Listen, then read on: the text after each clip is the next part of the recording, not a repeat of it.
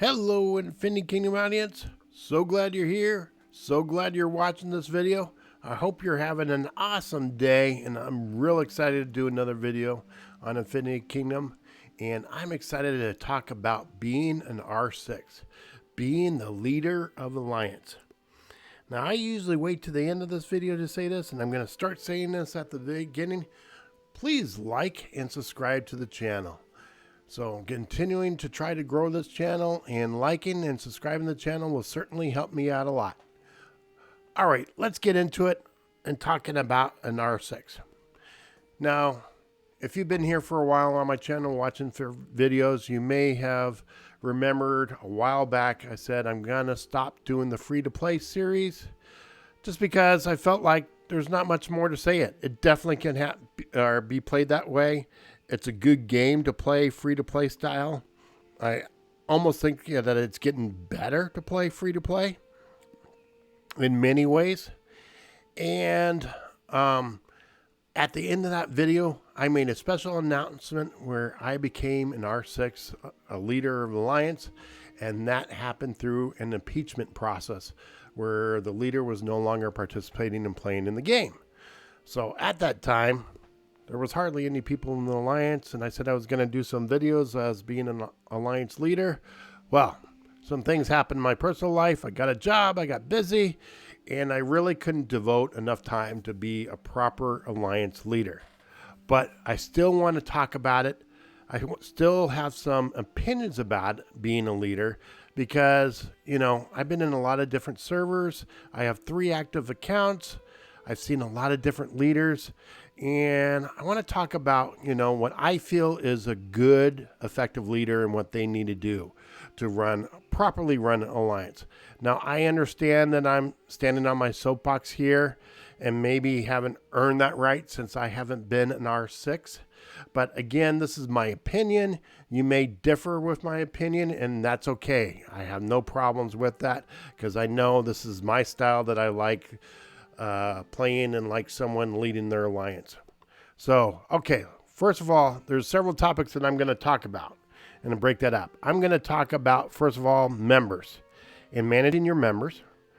I'm going to talk about R5s and managing your R5s. R5s are extremely important to effective Alliance. Can't stress enough. I'm going to talk about email communication and making sure that you have proper communication in that Alliance that is effective. I'm going to talk about allowing your individuals to focus on themselves. So that's an important topic that I want to talk about. So I hope you stay at least to that part of the video. And I also want to talk about mergers and thinking about the server and not necessarily the Alliance. And then I'm going to talk about the last part of it is knowing when maybe to step down or when to take a back seat. So all those things I feel, is important topics to discuss. And let's get into it. So first of all, let's talk about members. Well, if you recall that last video where I stopped playing free to play and I announced that I was a leader, well, let's take a look at the members. I have pretty much the exact same members that I had before. So some people joined here and there, but because I was busy, they said, no one seems to be alive here. I'm out of here, which is rightfully so. So someone just joined, though. If you look at today, someone joined right there. Lord has joined the Alliance. And let's look at this person. So first of all, they joined. I keep the Alliance open so anyone could join. And I look at the members. And when I looked at the members, I couldn't find that name. But lo and behold, because everyone's silent besides me and one other person. And where did I put it? I put it in R4. This person is very active. So Lord means it was a new count. And they're already at 12. They're hyper. So this is a good member. So I moved that member all the way up to R4. So it's important to manage your members. So it's important to take a look at your members. It's important to look at their participation. And it's important to move people around, whether they're R4, R3, R2. I know sometimes people take it really personal when they get demoted. Me personally, I don't take it personal. I understand that if I'm busy in life and I'm not participating as much as others, I'm fine with the demotion down to R3, R2, whatever. It makes no difference to me. I'm going to continue participate and be active in the alliance. Now, getting kicked from the alliance, that's a whole nother story. But I have no problem being demoted at times. So know your members, know their participation in activities, and watch it closely. That leads me to going into R5s, because managing members and watching their activities all the time as you doing it yourself can be a very time-consuming process. And I can't stress enough on how important it is to have really good R5s that take on roles and responsibilities. I've seen it time and time again where an alliance has maybe 6 R5s, and one is taking over roles and responsibility. Maybe 2 is taking over roles and responsibilities. And over time, that's not an effective alliance that way. Those other 5s, why are they in R5? They're not doing anything. They're just hyper. If they're hyperactive and participating in stuff, making them an R4. Because what happens over time when you allow that environment to exist in your alliance, those ones that are really active participating and taking in roles and responsibility, they become bitter that the other ones aren't doing stuff. And it really develops a toxic environment over time. So, as you being the leader, it's very important. I can't stress that it's important to manage your R5s. And you need to step in sometimes and say, hey, R5, you're not stepping up to the plate. And you need either to step down or you need to take on more responsibilities. Now, sometimes, we're not all motivators and we know exactly what they need to do. Sometimes they need that guidance and push and say, give them that task and tell them to focus there, or give them that role or responsibility and have them focus on a certain area of the game and see if they step up to the plate. And if they don't step up to the plate, then it's time to maybe demote them. That leads me into roles and responsibilities. I can't stress enough that, we all have different personality types. We're all good at different things. Sometimes we're weak at, world chat and alliance chat and the faction chat. Sometimes we're awesome at that. If that person is awesome in chat and talking to people, that person is the perfect recruiter, and make that person a recruiting role. Sometimes another person's great at strategy and talking about Lewin's battlefield. Make them responsible for that. The other person, sometimes there's a trainer and they like giving tips. Make another person responsible for tips. Now, it's important to sometimes cross those roles over so they get bored of their responsibility and, maybe want to do this for a while, that there's some crossover, but give them roles and responsibilities. And, like I said, managing all your members, maybe make one, important to know, the members' activities and track members' activities. All right. And that leads me to I didn't mention this, but time zones. This is and it kind of leads into email communication. This is a world game. This is a 24-hour game. So be aware of your activity levels at certain times throughout the day. And how do you manage activity levels and check on activity levels? So one, we're in there right now, is go look at the members and it will show how many people are online. Like right now, I got 2 people online. Hey, 100% improvement because there was 1 before. So, and how do you do this? So spend a weekday and a weekend and go hour by hour looking at the activity levels and see how many members are on. And this is probably a great task to assign an R5 and kind of map out, okay, at, this group of time between 1 to 2, we got this many people on, and 2 to 3 a.m., we got this many people on, and 4 to 5 a.m., we got this many people. Now, this is your time zone. Make sure you map it to your time zone so your members may be different time zone than you.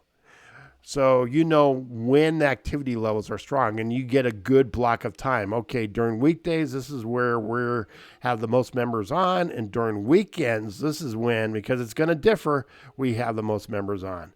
And you have to do it periodically and say, as your alliance grows and you members leave and you get new members, to track that. So I can't stress that enough. That leads into emails. Email communication is extremely important. And it's extremely important to, number one, send out emails and communicate to your members to let them know what's going on, because they're not always going to notice everything. Number two is give them enough time to react to the email. Let me give you an example, like taking over a city. Now, this is a world game. Taking over a city, you should probably give a minimum of 48-hour notice with taking over that city. And I'm talking minimum.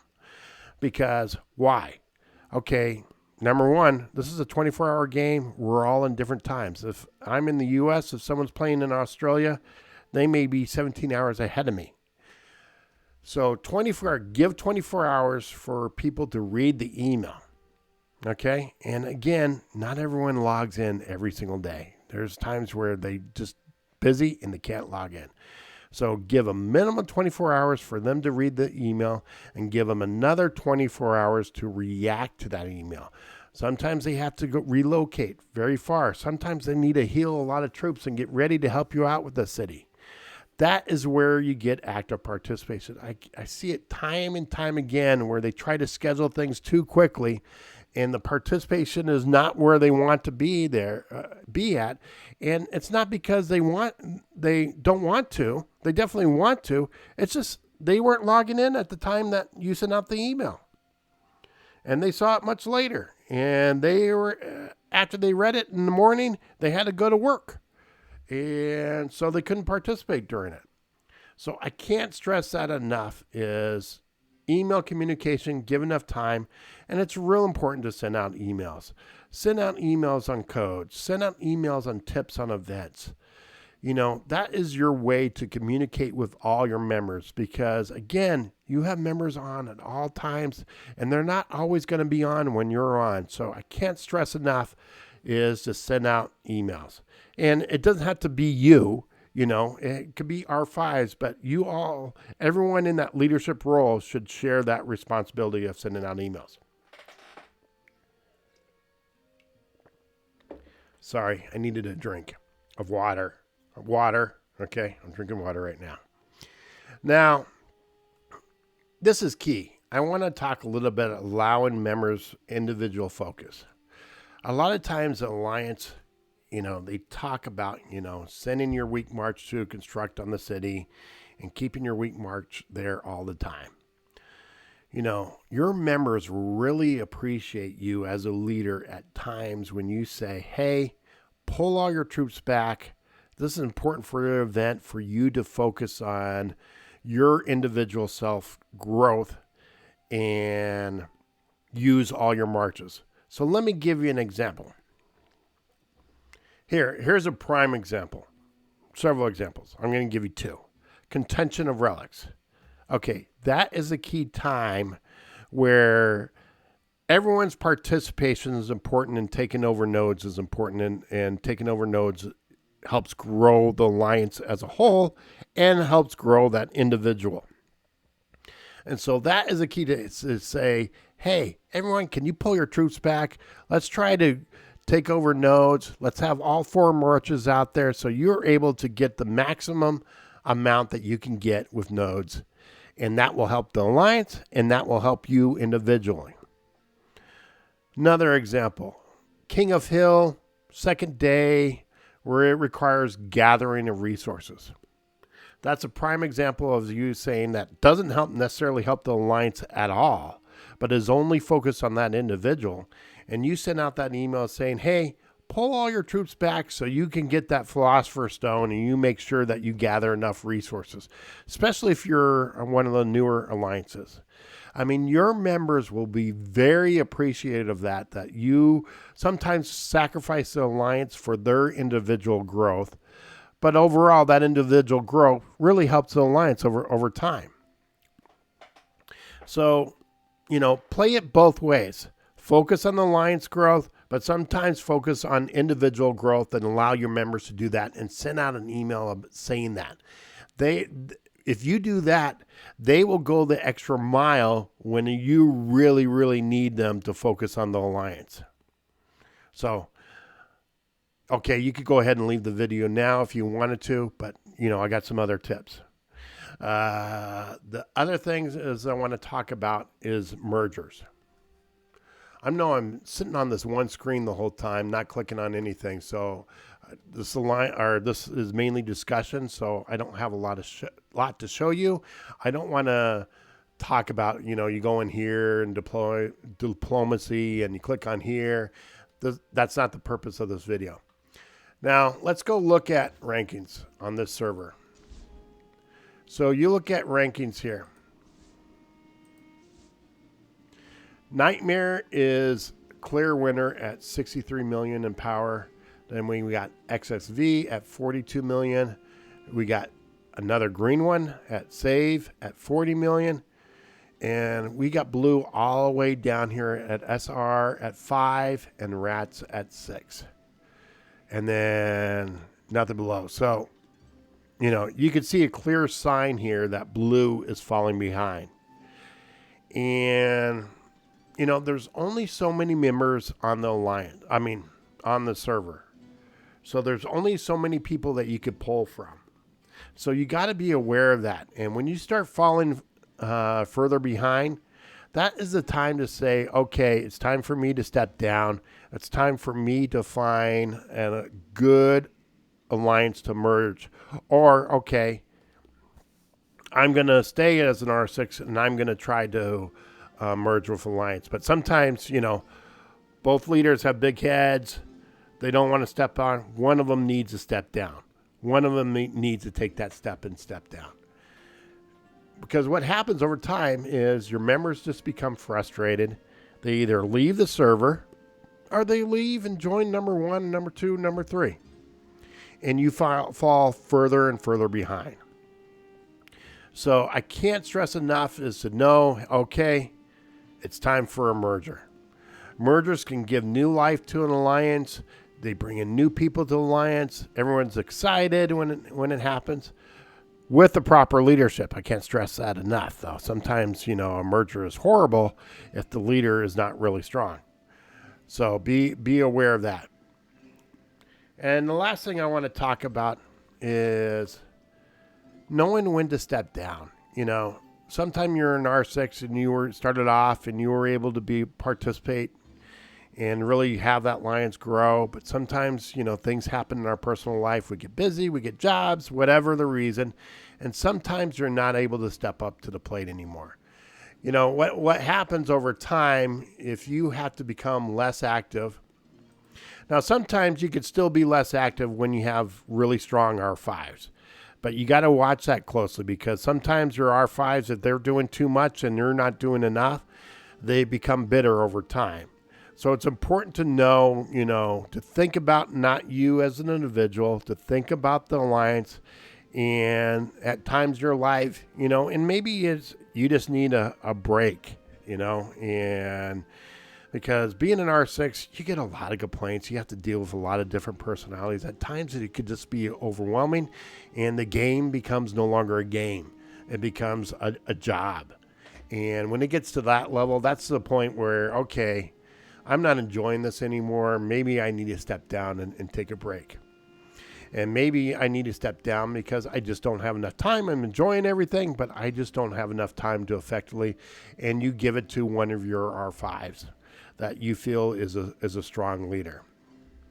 Yes, when you move leadership around like that, it causes a little bit of uneasiness in the alliance, but it's a proper thing to do, and your alliance will appreciate you for doing that, and it will help the alliance grow stronger. So that's all I wanted to talk about on being a leader. And again, I know this is my opinion. If you have different opinions, please go down and write it down in the comments. I love responding. I love reading comments. So I talked about members, I talked about managing R5s, I talked about email communication. Also, I can't stress it enough that, using group chats is a very key thing with that communication.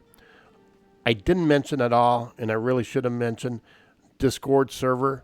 Setting up a Discord server can be really helpful with tips, with leaving stuff in there, with some discussions that's not easy to do in game. Really key to use a Discord server. Knowing your time zones, allowing individuals to focus on themselves sometimes and not the alliance. Knowing when to merge and knowing when to step down as a leader. So with saying that, I am going to step down as a leader of being an R6 because I haven't done squat. I mean, let's face it, I've done nothing. And I don't have the time to properly recruit. So what the alliance needs to be done now with the alliance is they need members, and they need members to recruit. So with saying that, I am going to try to find a new leader to grow this alliance because I don't want to give up on this alliance. We're,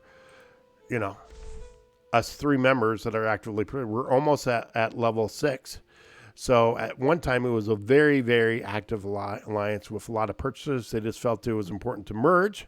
They said, oh, I see the writing on the wall. We're going to go ahead and merge. I think they did it a little bit too soon, but, and it made blue really weak. And then there was another alliance that was blue that jumped ship. And so blue became even more weaker. And that's where we're at today with the server. So again, I hope you liked this video. Hit the thumbs up, subscribe, and there will be definitely more videos coming out.